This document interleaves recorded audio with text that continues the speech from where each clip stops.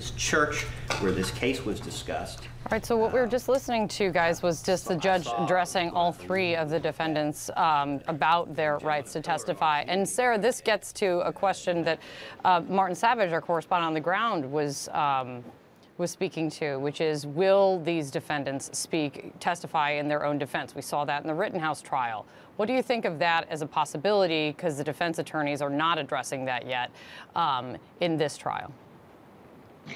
Kate, I think it's very possible and very likely. It's very, very difficult to tell a story of self-defense just by the evidence without putting up your client. Even though it's not ideal to put up your client, you may be digging a hole, you may be subjecting them to some evisceration by the prosecution.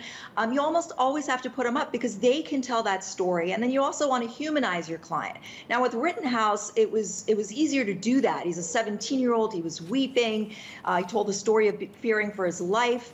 But with these three defendants in a highly racially motivated case, I'm not sure they're going to buy the same sympathy from the jury, although the jury in that community might be quite aligned with them.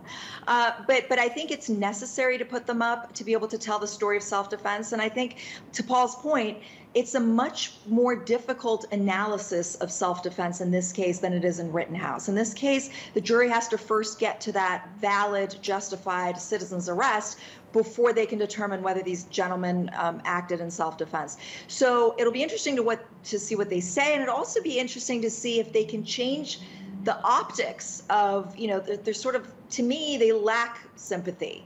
And it'll be interesting to see if their story will buy them some sympathy. Sarah, thank you very much. Paul, thank you.